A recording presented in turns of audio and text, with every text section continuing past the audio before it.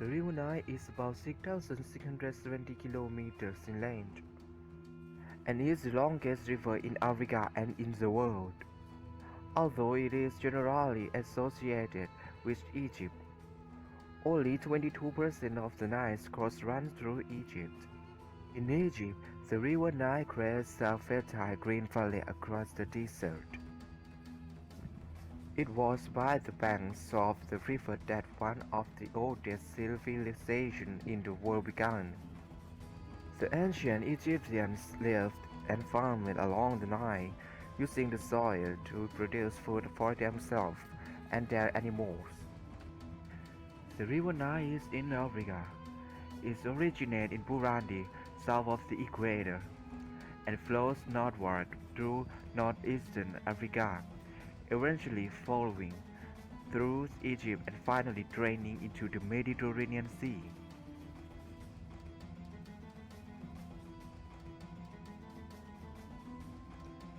Where is the source of the River Nile? Lake Victoria, Africa's biggest lake, is generally throughout as the source of the River Nile.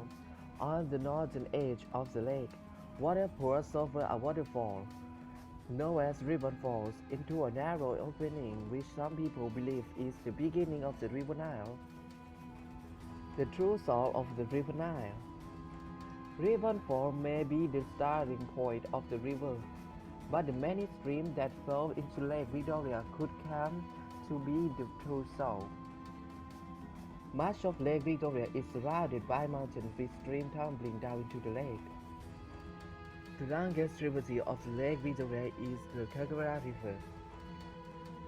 The Kagera and its tributary, the Ruvubu, which is headwater in Burundi, is now considered to be the true source of the Nile. It is from here that the Nile is measured as the world's longest river. The River Nile is formed from the White Nile, which originates at Lake Victoria, and the Blue Nile, which originates at Lake Tana in Ethiopia. These rivers meet in Sudan and then go on their long journey northward toward the sea. The White Nile is a lot bigger than the Blue Nile, but because of losses along the way, it only contributes about 15% to the flow of the combined Nile. The Blue Nile, rising in Ethiopia, contributes about 85% to the flow of the Nile that passes through Egypt to the Mediterranean. Most Egyptians live near the Nile as it provides water, food, transportation, and excellent soil for growing food. Why was the Nile River so important to the ancient Egyptians? Ancient Egypt could not have existed without the River Nile. Since rainfall is almost non-existent in Egypt, the flood provided the only source of moisture to sustain crops. Every year, heavy summer rain in the Ethiopian highlands sent a torrent of water that overflowed the banks of the Nile.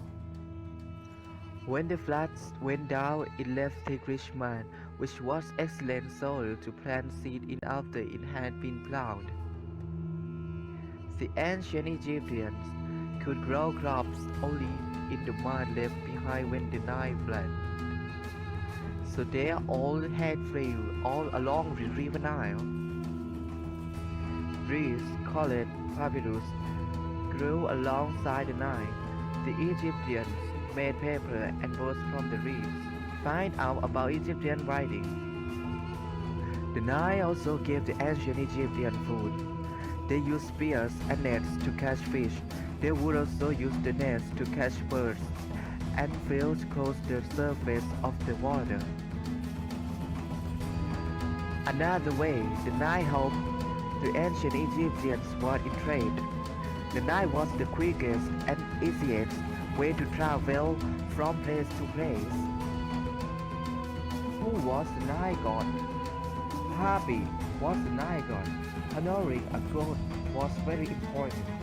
So when a flood comes, the Egyptians would thank Happy for bringing fertility to the land. Interesting facts about the River Nile. The Nile River is the longest river in the world. The Nile flows into the Mediterranean Sea. The largest source of the Nile is Lake Victoria. The Nile has a length of about 6,695 kilometers. Its average discharge is 3,100,000 liters per second. The name Nile comes from the Greek Nilos, which means valley.